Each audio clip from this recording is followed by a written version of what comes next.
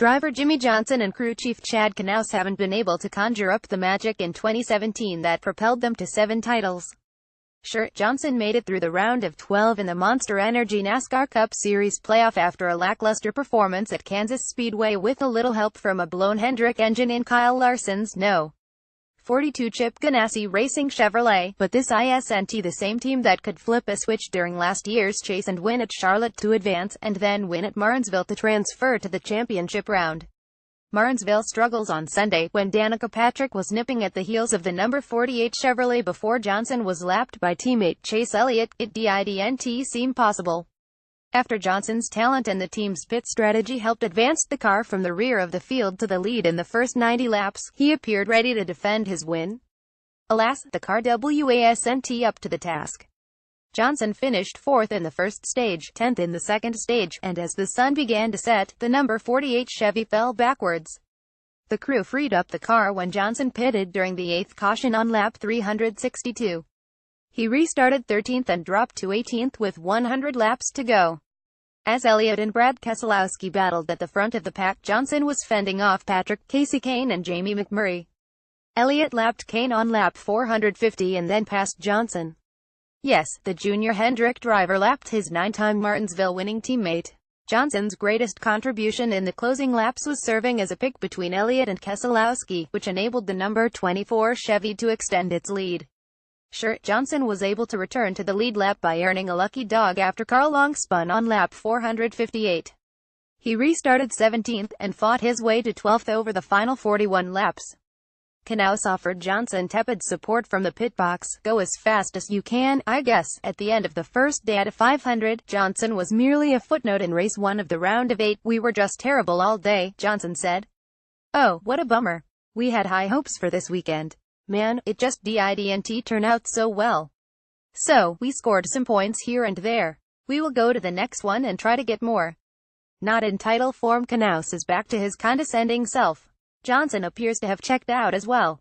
The bickering over the radio the last 2 weeks sounded more like that of a couple in the throes of a divorce, not in the midst of a championship run. 12 years ago, when Knaus and Johnson were at each other's throats, team owner Rick Hendrick sat the pair down and served them an ultimatum with milk and cookies: work it out or work apart.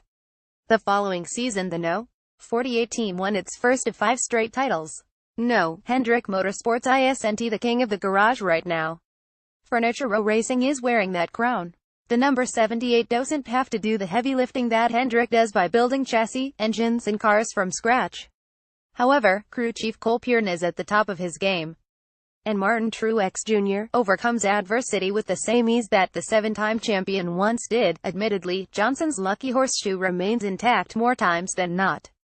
He spun out 3 times in the last 2 races and didn't end up on the back of a wrecker. At Kansas, Johnson and Knaus debated whether his car was viable after 2 spins and a trip through the infield grass. Johnson soldiered on to finish 11th. On Sunday, Johnson spun during qualifying, and after the team was forced to make unapproved adjustments, he started from the rear and finished 12th. Until the number 48 HMS team is mathematically eliminated from the playoffs, it would be foolish to count Johnson out. He holds the track record with 7 Cup wins at Texas Motor Speedway. He has won 4 times at Phoenix Raceway.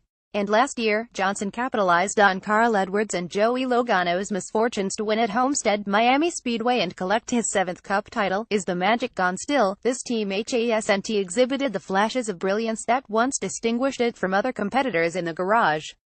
Johnson hasn't won since the June Dover race. His 24 circuits at the point in Martinsville were his most laps led since Charlotte in May 35.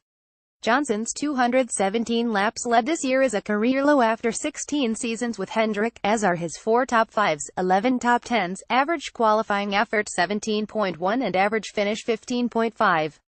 Johnson, 42, signed a 3-year contract extension in June.